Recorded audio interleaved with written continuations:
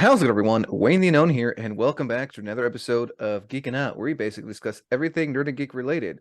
Today, we're going to be do a little special interview. I'm joined here by Jes and Mikhael, two people who run the indie gaming company Folklore Games. Hi. Hi. I guess we're supposed to say hi. Yeah. Thank Feel you so very- much for inviting us. Oh, of course. So not only are we going to be talking about the company itself, but we're also going to be talking about their first and upcoming game, Spiral, which, from what I've seen, is 90% done. Our funding on Kickstarter is, Yeah. but for the game, not there yet. I'm gonna let Miguel go for that one. We'll get to that. I guess we'll talk about the company itself. Starting with Mikhael.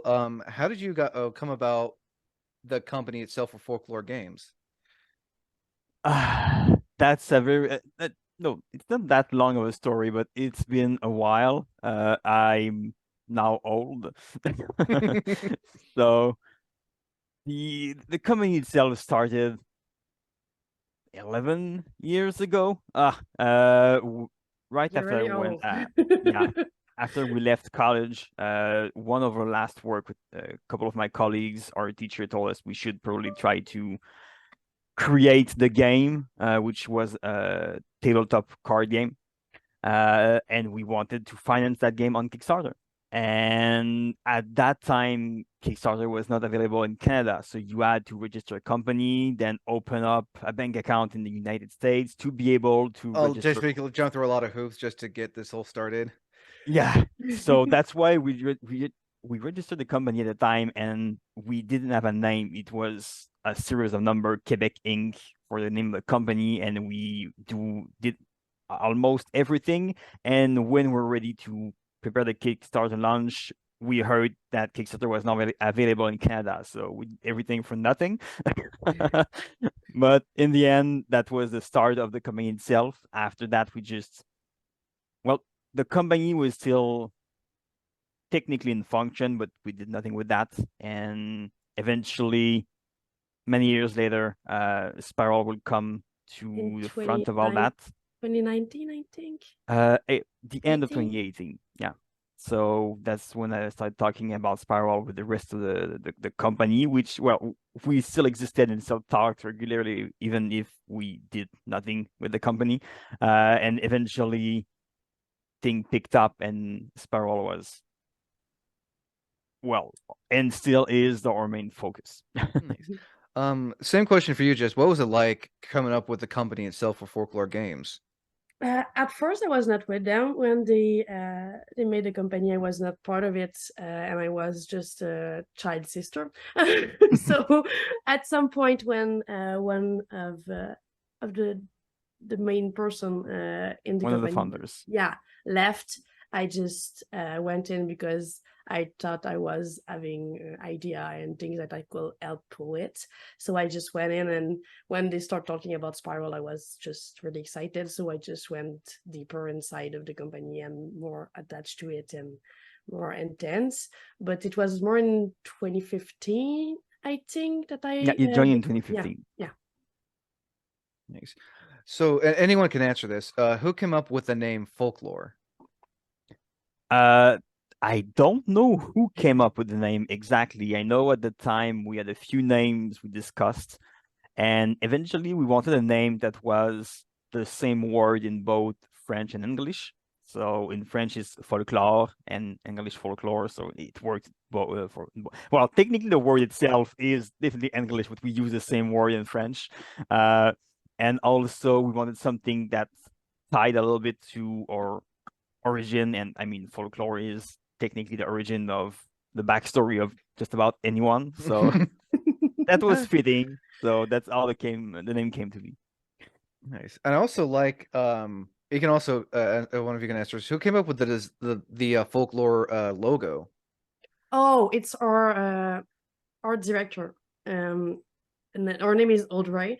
And at first, when we had our first, I don't think we have it anymore, but when we have our first logo, it was really like a death metal band, like all of those curve and branch, and it was really intense, and it was we weren't able to read it easily. So when she came in 2019, I think she was like, "It's yeah. just ugly. I don't like it. I don't want it." And we just went to redo it again.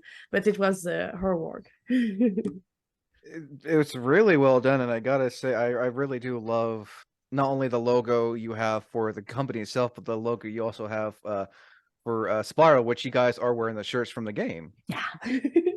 I'm gonna try to show it. Yeah. It's so And really not show cool my design. pajama pants. So the company's been around for you said since what, 2012? Yeah. And you said originally first you wanted to get a Kickstarter for a tabletop game or a card Yeah. game, you said? Exactly. What was the name of the game, the tabletop card game that you were wanting to get? It was Mutiny. So the game was indeed made, and I think we sold about 200 copies. So You're that safe because I'm wearing my pajamas, so I cannot go get it, but it's just right there. It's right there. I can show it. I mean, I can pause it real fast. Pause this real fast so you can grab it. So I'll pause it. And we're back. So you have the game. You said you had the game. Oh, that looks cool. It's named Mutiny. It's kind of like a werewolf game. Like a party game. Yeah. Look, you have the tiny old logo. old logo there. Logo. So what is Mutiny about? Essentially, you have, I think you need to be 5 at least to play, and you are playing pirates. Ooh. 6. You're right. 6? On the Okay, box. 6. Yes. So Oh. you have a captain, and you have the rest of the players that are playing The different. crew? Oh, that's Yeah, the crew and cool. half of the pirates are. I love. Is that is that game still available? I may have to get that myself. No. It looks. I love the artwork as well for that. Yeah. I've never heard of it, but it looks cool. Yeah, well, since we sold 200 copies, it would have been surprising if you heard of the game. But yes. yeah. Oh. We had a lot of fun creating the game, but we didn't have the knowledge or contact or anything to be able to market a physical game. So it just, I mean, we were able to sell the game itself in a few stores in Montreal, Yeah. but aside from that, that was just out To of be our reach. honest, I remember I was living with him at the time, and all of those books were handmade in his It looks like room with glue. a game of treachery and cooperation for 5 to 18 players. Oh wow. That's yeah, I'm looking at it right now and it looks like you can find it on eBay. Oh, really? How much are they selling it for? There's someone on eBay is selling it for $70. Jesus. That's surprising. I just Good luck for him. I just looked it up right there.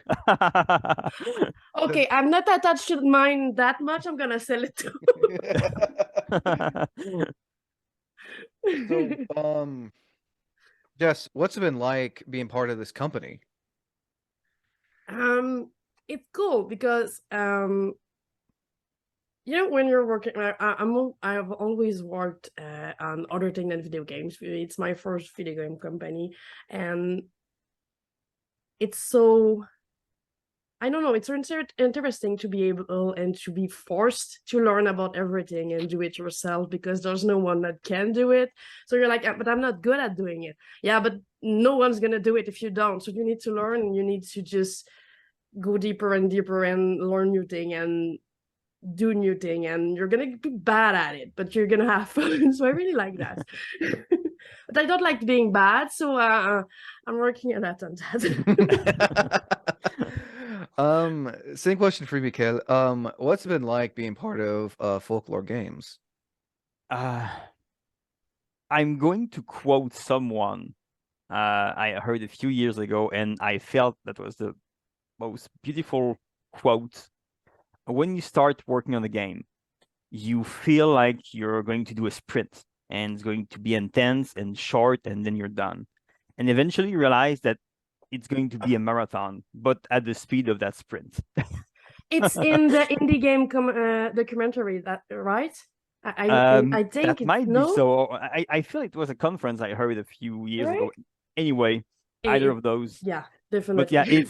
it's extremely intense, and especially since we're also working on our first game and we are entirely self-funded, it means we need to do everything by ourselves, and it feels like we need constantly to work on the game, but also work on having people on believe in us that we are going to complete that game and we're going to release it, and it's not going to just disappear.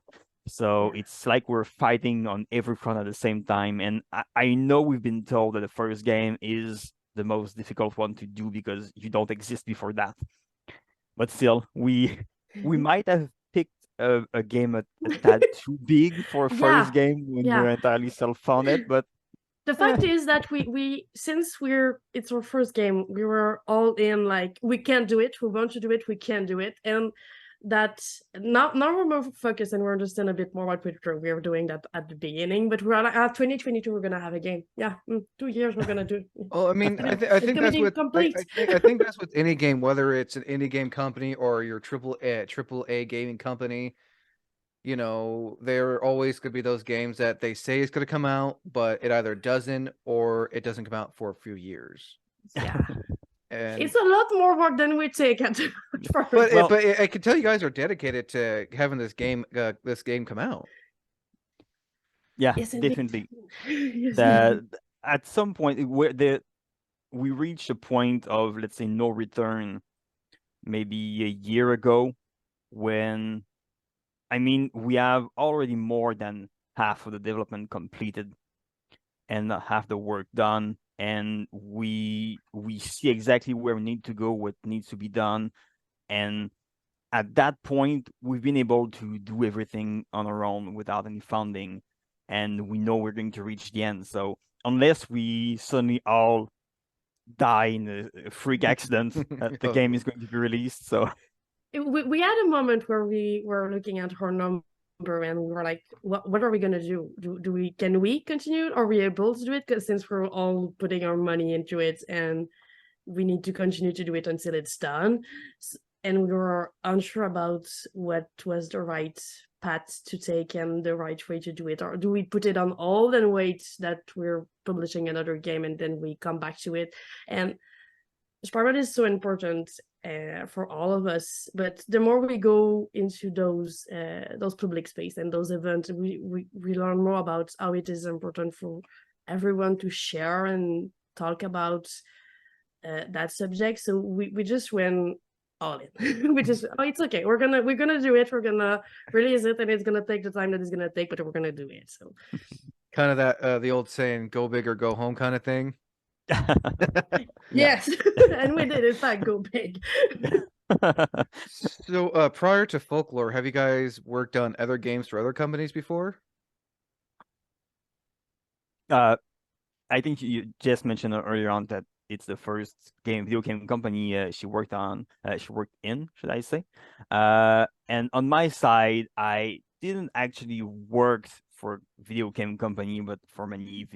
No, that's a lie. Now I worked for one, but Yes. I've been mostly doing freelancing for the past 10 years. I freelanced as a teacher. I worked on well, for video game company, for marketing company, for anything related to Unreal. So that's technically I'm a designer by profession, but I've specialized in Unreal a few years ago. So I usually when I receive a payment, it's for Unreal specialists. So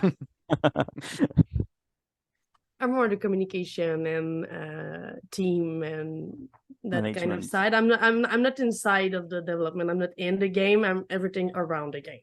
So Nice. How many people altogether, like the team itself, are part of Folklore? Folklore, we're 4, but in the Spiral team we're about 15 part-time, I think. Are we 15? No, No, that's a we're not lie. Now we anymore. have, well, we have Selene and America Sing that are Yeah, that's part of Folklore for true. real now. They're not Oh, contractual cool. anymore. Nice. So So there are I'm 6 of lying. us in Folklore, and working on the game itself. Well, it's Depend if you're, fluctuating yeah. a lot because we started hiring interns a year ago, so they come and go depending on when their internship is. At the moment, well, no, last week we had our peak. I think we reached 20 people working on the game at the same time, but it was including a few interns that are some left already. We are losing 2 more in a couple of weeks and another one in May. So we're going to ramp down back to about 14, 15 is Yeah, our usual number. usually it's our number. That's still not bad, especially for a first time game. Yes. I mean, Yeah. I've seen like indie games that you see it posted on Steam where it says like it's made by like a team of like 2 or 3 or 4 people. Yeah. Yeah. Yeah. That's what I we were think. not. We Yes, will man. not be able to do Spiral on only 4 person. Oh no, Yeah, from we what I've went a little seen. big. But there are amazing people. Since Mm. we're not that many to take care of all of those people, they are all amazing and great, and they are doing Yeah. their things on their side and just bring everything.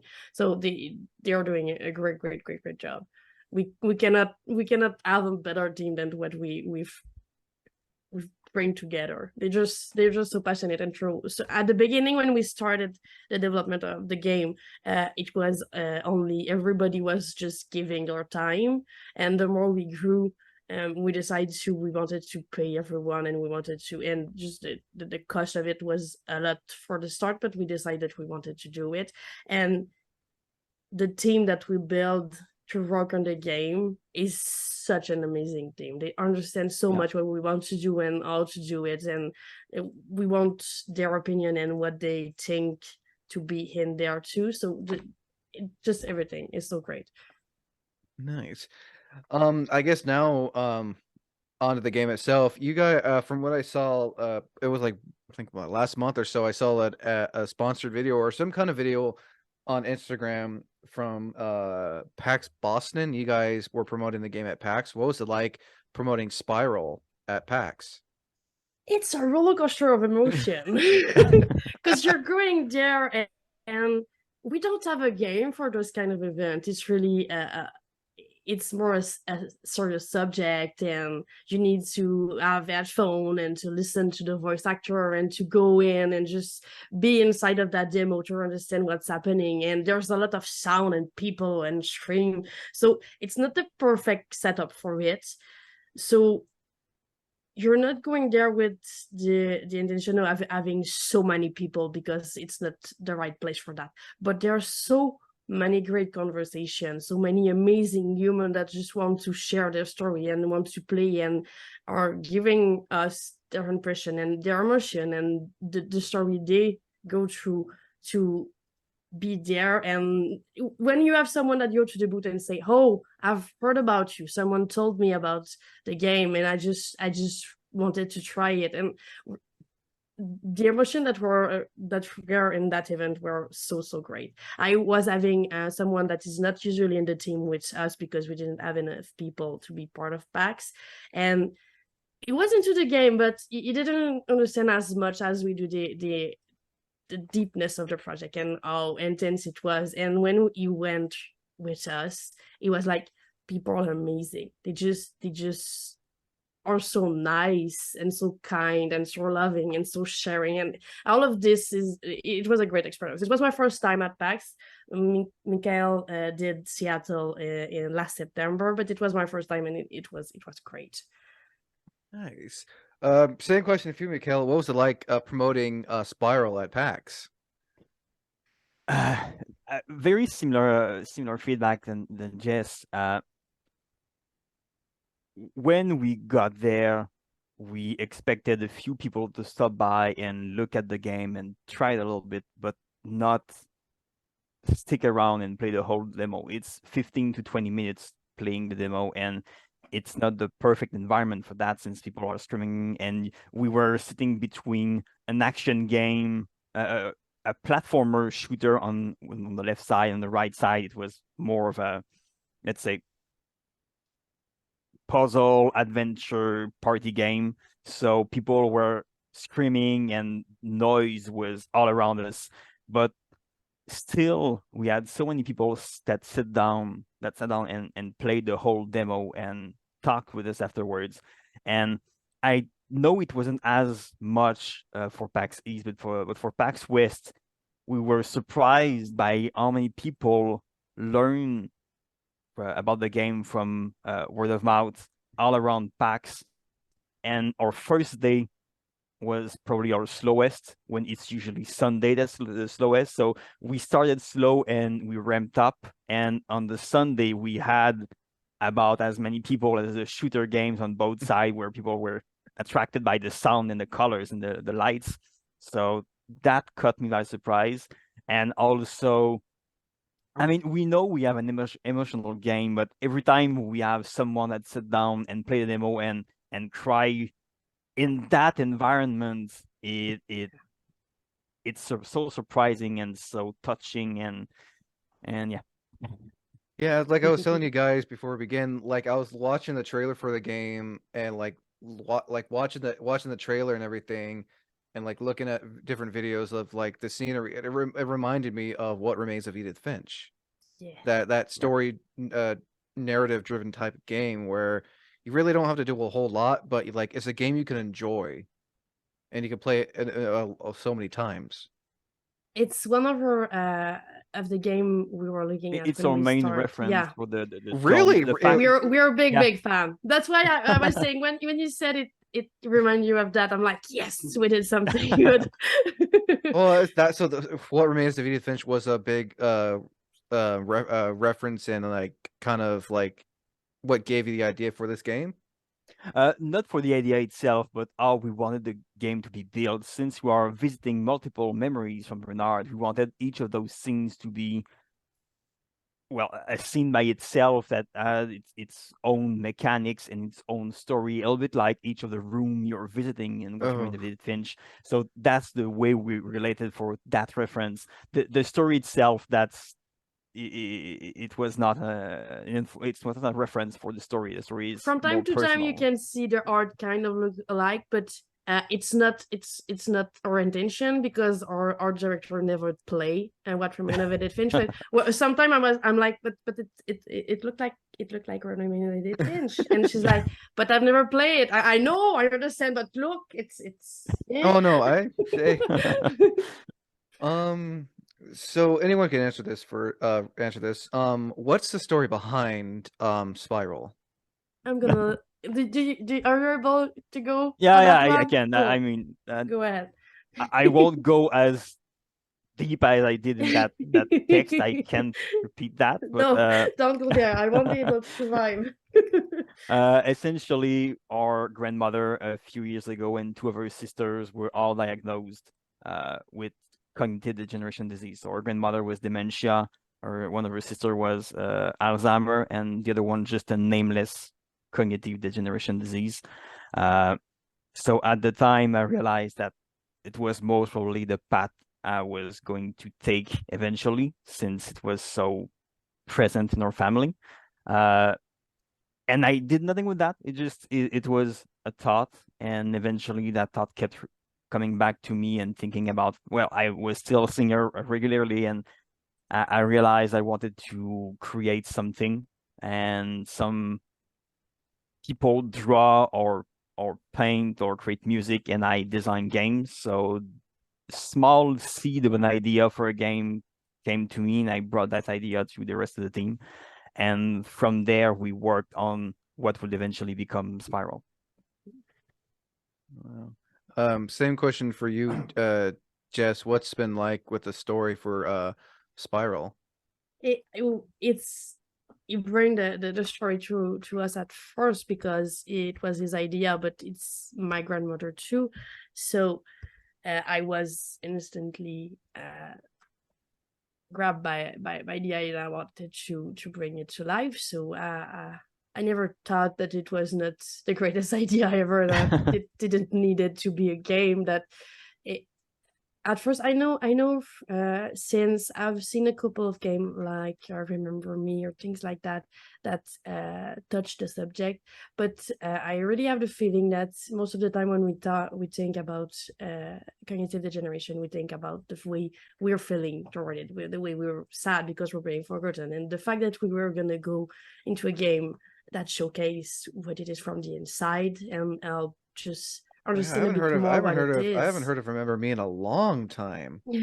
I don't know if it's Remembering or Don't Forget. I don't know what the name of the game was. It's a short I indie can grab you game. that Yeah, name. please. I don't want to mislead anyone about that game. I think it's Before I Forget, but that I What might be before? wrong. Um, Um, indie game. We're sorry for that. Oh yeah, Sorry. this is You can correct me if I'm wrong. Yeah, it's Before Um, I Forget. right there, Before right I here. Forget. Yes, Yeah. exactly that one. Huh. Yeah. It's nice to see because you really don't really see a whole lot of like mainstream games that focus on those kind of topics. So Mhm. I think it's nice that you guys made this game to let people know about, Alzheimer's, cognitive distortion and all that. Because again, you don't see that in like AAA games. You mainly see it in Mhm. indie games, so it's nice that you guys are making something like this to let people know. We have more opportunity to say it's okay. We're not gonna make a whole lot of money, but we think it's important that it's in the world. So. Oh no, I wholeheartedly agree. So, what's the game about? From what I saw, it's about a man named Bernard who his last wish is he just wants to remember his life before he completely loses his mind, or Essentially, you start at the beginning of the game with the older version of Bernard, and you're going to reach the spiral staircase. And while you go down those stairs, you're encountering different doors, and each of those doors are bringing you back to one of Bernard's memory from his early childhood until you get back to the older version you meet at the beginning of the game. And each of those memories are going to showcase a moment that was important in Bernard's life. So the very first thing, you go back to one of his first memories when he's at his parents' cabin and his father is taking him fishing. So he's teaching him how to fish, and you can explore the cabin and meet Bernard's mother, sister, play with the dog, and eventually you go fishing. And afterwards, you move on and to the second scene where you're going to end up in a park. And I'm not going to name all of those scenes. oh no, We have a don't few. want to get too much don't want to get too much Uh-huh. spoilers. But eventually, yeah, you visit all of those things, and the first part of the game is. At first, we flirted with the idea of making the game episodic, since, as I mentioned, we are self-financed. So the idea of releasing the first part of the game, selling it, and using those funds to help finance the rest of the game, we flirted with that idea, but we eventually killed the idea. We preferred to have the whole thing released in a single block. But we still have a few segments that we can use to describe it, and it's now the 4 chapters instead of 4 episodes. And the first chapter is focused mostly on Bernard's family and his relation to them in his younger years. Afterwards, we're going to focus on his group of friends. Afterwards, the third chapter is one of his friends specifically, and at that point, we are reaching maybe the 30 to 60 years. And the last chapter is more about Bernard himself and his relationship with loneliness and his final years. I like that idea. Like you said, the first chapter is like, his childhood, teen years, his adult years, and then, later on in life when like Mhm. his Alzheimer's and cognitive distortions like kicking in and everything. I like that idea. We want to help people to see the growth of the generation over time, since most of the time when you're interacting with someone going through it, the younger years are more clear to them, and the more you go into the present, the more it doesn't make sense for most people. So we really wanted to go that route and that path so people can see what it is going through, but slowly taking space over his memory. From someone who had a great grandma who in her later years she was starting to forget things, Alzheimer's, dementia, and all that stuff, seeing things that, yeah, I can kind of relate to, having a family member as well who's gone through that too. Yeah. So That's also one of the reasons the game became so important, was that we realized that most people have someone close to them that went through all of that, but no one knows because we don't talk about it ever. So we hope to open up those discussions and help people talk about it, Sure. talk Yeah. about the subject, share, and all that. not only is it like a story-driven game, but it's also in a way educational. In a way, we always are on the fence about that word, since you cannot really share what it is from the inside, since everybody is different and we're going more in a poetic kind of view, but in a learning, understanding, and Empathy empathy also. kind of way, it might be educational, but yeah, more in the feeling kind of way. Nice. So, I want to talk about like the voice actors you have so far for the game. Who do you have voicing Bernard? Mike Mike Drew. Drew. Wow, yes.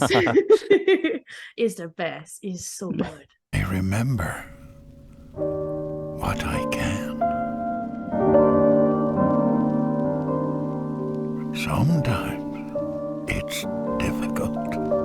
It's such a nice man, and he doesn't want to be put into light because he wants to be the voice of Bernard, and he doesn't want to be Bernard, but he is so nice, and Yeah. we fall in love with him because we did all of our casting like Ourselves. ourselves. So when we were receiving voice the first time we heard him, we were like, that's him, but we need to listen to everybody to make sure, but we already knew it was him.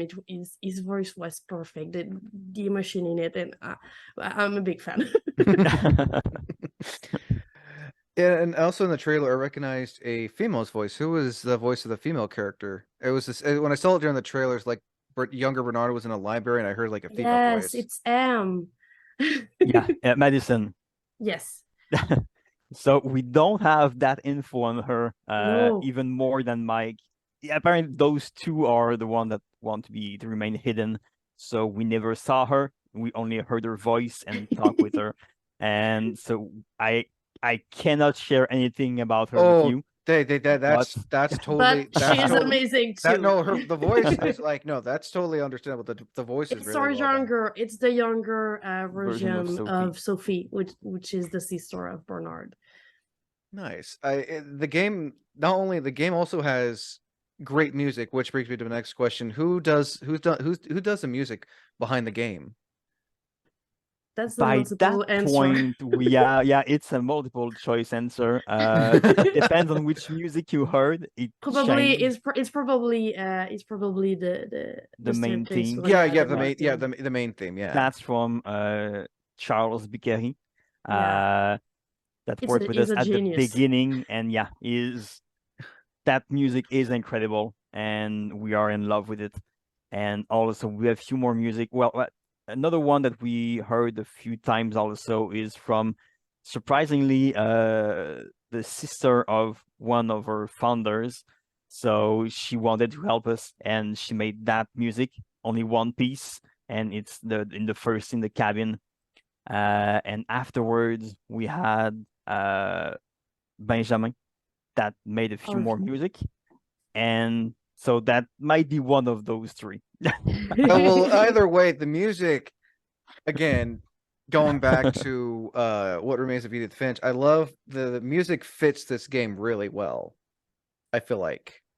Yeah, from the very beginning, it was so important. When we started to create the theme, I told everyone I want a composer right now. I don't want one at the end that's just going to apply a coat of, well, not paint, but music on everything. I want someone that understands the game and work with us and give us ideas and feedback from the beginning so that we can Well, it looks like they weave understood the music in the game. assignment. Most definitely. I agree. Now, one of the characters I want to talk about, because I remember seeing it like in the trailer and also like artwork of it, the dog. Who's the dog in the game? Elfie. Her name is Elfie. I'm gonna talk about her because it's my favorite character ever. And it was really important for me that we can pet her. So you can pet her and you can play fetch with her. And she's gonna be a tiny baby He's and interactive. older self. Oh, Because it was really important that even if Bernard he go through that lonely stage of his life, that he has a friend with him. So we wanted to go that when he's gonna be a tiny Bernard, he's gonna get a puppy, and that Oh, puppy is gonna be there for Bernard all along. So it's gonna make me cry when I'm gonna play the game at the end. But yes, Elfie, it's her name, and she's just the greatest puppy ever. what kind of dog is she? Is she a sheepdog or a border collie? She's Australian Shepherd. Oh, Yeah. Yes, a fluffy Australian Shepherd. I love her. I I can't named imagine. my dog after her. I can't imagine how much detail it just went into Elfie alone. Our character artist named Ariel did all of our character at the moment. They did all of them, and it just fits so much the game. And the puppy was really important for them also. So she had a lot of attention on her. I've also noticed during the trailer there was like with scenes with Bernard, like there's like other characters that look like spirits or something. They're like they're black and everything. What was the idea behind that? Well, essentially, those are, we call them echoes. Essentially, they are people Bernard remembers that were there, but don't remembers them clearly enough for them to take a physical form. So they essentially, there's two reasons why you could see an echo. Either it's a more minor character in Bernard's life, or it's someone that Bernard forgot enough that you don't see them clearly in the scene itself. And I won't lie to you, it was also a good way for us to add more characters in the scene, but on an indie budget. If you see the trailer, there's a scene in the classroom. So everybody in the classroom is an echo because they're not important enough to be formed, but he still remember that there were classmates in his class. So that kind of thing. I don't know if you've seen the movie The Father with Anthony Hopkins. I have not, but I have heard. I do remember the movie very well, where Anthony Hopkins plays as a guy with dementia and everything, and he like gets to the point where everybody's changing face. The actor are like changing, so you don't really know whose face is what name. So that's kind of the idea with the echo, to make confusion a bit around him while still staying on budget. If you don't mind me asking, you guys feel free to answer this or not. What was the budget that you had for this game? All money. Well, yeah, we didn't start with the budget. We started with, well, let's make the game and see with a lot of hope and love. And eventually we reached a point where we started to establish a weekly budget of what we would invest, and that way we knew how many people could work on the project at the same time and how many hours you could put on with that budget in mind. So essentially, so far, I mean, I don't have the number. I can go grab some numbers for you. You like numbers? Go Yes, ahead. I was like looking on your guys' Instagram, because your post of today was like how you were like 90% done as on Kickstarter. So it's like the fact that your goal is like you guys are almost there. That means with that Kickstarter goal, then you'll be able to finish the game too, I'm sure. The Kickstarter was mostly about visibility, because we will need more money than what we ask for, but it was not about making sure that we had the money, but to help us reach our goal in time, because we have a release that we scheduled in 2024.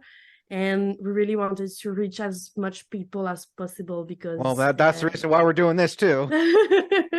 Because we're tiny and we have a difficult subject. So it's always, when we speak to someone, they're like, yes, we want that game. I know, but if I need to speak to all of you just face to face, it's gonna be long, really long. So we were trying to do it on Kickstarter. I wholeheartedly believe it. Again, for what I seen in the trailer, and then when I first heard about this, again, I saw like a video. I'm not sure if it was like my main Instagram post where I follow people, or it was that other one where you like see all those posts from people you don't follow. but it caught my attention as like, Mm. I've been following you guys on your Instagram for a while, like seeing the storyboard art, the gameplay, the music. It's like this is a Oh, game I would love to play. And at first, so is this just coming out for this is coming out on PC first, correct? PC first, PC but first, we might release on console on at least some console at the same time. I mean, again, we are on our first game and we don't know how long everything is going to take for the release, but we are coming on consoles. yes. If we're able to have them released at the same time as the PC, awesome. It's a game. Otherwise, It's a game I would definitely love to play on console and do like a mini review for it as well. We're supposed to go on Xbox, PS5, and Ooh. Switch. And I see, It's I see just your, a I see, web. I, by the way, I see your dog in the background. Yes, it's Elfie. Oh, it's so precious. I always She's love all when wet. She I went. always- She went to play in the mud. I always love seeing animals on this podcast series. Pets are always allowed to be shown. Oh, Elfie. Aww. Oh. I'm sorry, she's French. Oh, that's okay. Aww. So another question I usually ask for stuff like this, I'll start with you, Mikhael. Advice for those who want to like start their own gaming company or own game. There's so many paths to do so. And again, I'll go back to an advice I received many years ago. If you want to create an indie game, you need to do that at the beginning of your career or at the end of it.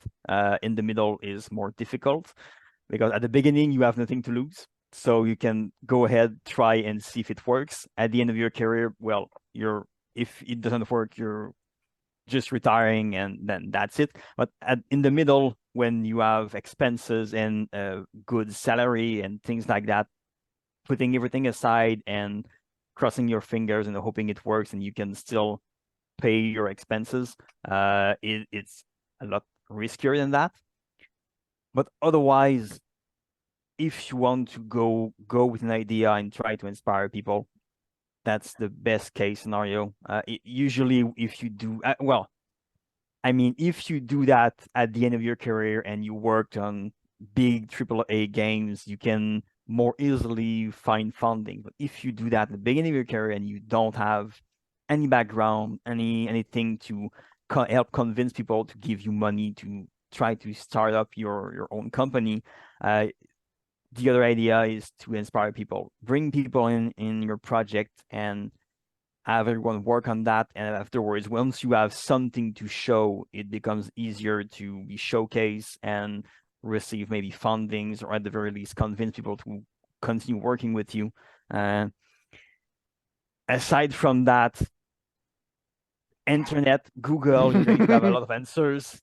There's a lot of Yes. things to think about and things to realize. And I think, I'm sure to this day, every year we learn something else, another trick, another things you can do to help move forwards.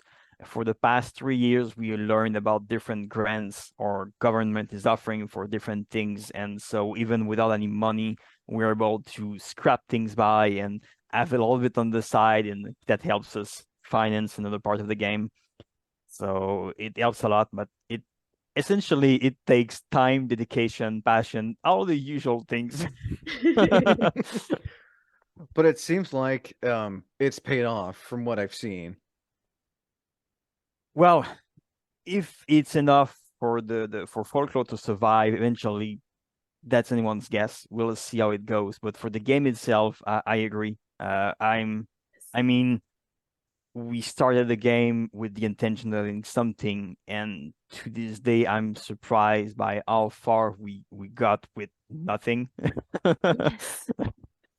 So, yeah. The fact that you reach out to us mean that we look like we know we're doing what we're doing, which is not always the case, but we really appreciate that people think we're doing something that makes sense. Well, and Well- plus, I was like looking online and everything to see if anyone else had done an interview for you guys, and like, oh, there's not really a whole lot of like, no one else has helped you promote this. It's like, I might as well, see. And We See, went on with a couple of podcasts, but not a lot of them, maybe 2 or 3. We did a little Two of stream them, on our I think. side, yeah. But yeah. well, I'm glad to be an outside source to help you guys help promote Thank this. you. Same question for you, Jess. Advice for those who are wanting to have their own gaming company, whether it's an indie, AAA, or even wanted to make their own game. To be honest, my advice can be more on the feeling of not being part of it side, maybe, because since I'm not doing development inside of the game most of the time, at the beginning, mostly, sometime from time to time still, but I was having the feeling that I was not part of the game, that I was not bringing anything to the table, and I was just around running and trying to do something. And it's a big learning curve. You have a lot of things to do, and you're really helpful, and you can bring a lot if you want, and if you take the time to do it, and even if you don't feel like you're bringing something, you're doing it, because there's a lot of things that people should do if you're not doing it. So it's something really important and not to take for granted. But I think it's believing in the project and trying to go there and give yourself to it and take the time to do it, because if you're trying to open a company and make a game that with an idea that everybody have already done and played and they're bored of it, you need money. But if you have something new, and if you have something that people wants to believe in and wants to create, you can find the best team ever, and you can bring it somewhere. I'm not gonna say that you're gonna get rich with it, but you're gonna bring something. So it's something to think about. Well, again, from what it seems like, it seems not only you guys, but the team you have behind with this game, it seems like they're really passionate about this project and they want to see this game do well, just like you guys. Yeah, Most definitely. I want to add, well, 2 things. First, I have those numbers if you still want them. Oh, sure. I mean, that's entirely up And to you. secondly, I want to. It's something that bothers me, and I know it bothers you also, Jess. But please, people, I know video games. It's still a lot of men, boys, and it's more male oriented. But Oh, yeah. when you have one of the owner at the booth, don't go and put her aside and talk to someone else just because it's a woman or a girl. I mean, she co-owns our studio, so if you want answers, go talk to her, not the boys besides her. They know less They're than she nice. does. They're nice. They're amazing. I know they're love nice, them but really hard. But I find that it's a bit insulting for you. And Yeah. again, that's the thing, I've in my years of playing video games, I can say that, and I'm not trying to sound sexist here or anything, but I've played video games with both men and women, and it's kind of I kind of find it funny how the women I've played with are more mature. It's when a playing hard games. world. It is, it is, and again, I think this game is definitely going to be for everyone. I think too. I think too. I don't know. I know we don't aim for like children or things like that, but I had a couple of kids when we were in Boston with their parents, and just the communication and the way they were talking about it when they were playing it, just that was so precious and so important, that even if the kids at the end is not a big fan of the game because it's slow and Bernard the can and it's a whole man, the fact that they were sharing things and talking about it, and they needed to ask to their parents about things that they didn't understand, all of it was really important. So I think yes, it's for everyone. It's a big part of it. And since you guys are like the first gaming company and the first time I ever talked about a game like this, what's the game rated, if you don't mind me asking? We are not officially rated yet, but with the rate yourself from Steam, we are E for everyone. Yeah, but and it depends where in the world you ask to, because yeah, it depends. when you go in more conservative I don't know how to say that in English. Conservateur? Conservative. Yes, place. After all, sometimes just the fact that two girls in the game are dating, so nothing is happening, but just the fact that it's happening make it more. Oh no, I Yeah. completely understand. I'm real one last question. When will this game be released for people to try it out? 2024. That's 2024. what- yeah. I'm looking forward to it. And you said people can play the demo of it still? Yes. Nice. We have it available on Steam and itch.io too. But yes, and you can wishlist it if you want. I'm looking for. I'm looking for. I Fine. mean, I don't know if my computer can be able to handle a game like that, but if it does come out for console as well, Yeah. it's a game I would definitely love to play. And like, Okay. because I love, because there are those times where like I don't want to play the action hack and slash shooter type games either. Like I just want like a game I want to sit down and relax and enjoy and just have it tell a story. Yes. I was having a conversation on Reddit like yesterday about what cozy game are for everyone, because I'm always on the fence about the word and I don't understand what it means for everyone. And just the fact to be able to not stress and go ahead and just do the game and not think about the consequences of not being all in all the time. And I don't know. I like to say that it's a bit of a cozy game. I like it. Nice. So last but not least, would you guys like to promote the game and everything and yourselves on where they can all find you on social media to stay up to date? Oh, I think it's my part. You can find us everywhere. But first, we are live on Kickstarter, where you can back us for like still 9 days, I think. But after that, we are on Steam. We are on Instagram, Facebook. We have a YouTube channel, but we're not often there. So it would be a lie to say that it's the best place to reach us. We have a website with everything, and it's just folklore.games. Where are we at too? Twitter. We're on Twitter too. It's mostly Am often, or my community manager Melissa, who is amazing and is on TikTok too. So we have an account on TikTok where we can see Melissa often post about the game. So yes, we are in a lot of places, but you can find all of them on folklore.games. Yes. Nice. Well, again, Jes and Mikhael, I want to thank you both for coming on to talk about this game and also being the first gaming company to be on the channel as well. Looking forward to seeing where this goes, and also looking forward to see what games you may be potentially having in the future as well. Yes. We're always looking to that. And as always, I'm Wayne the Unknown. Until next time, thank you for listening, and as always, thank you for watching.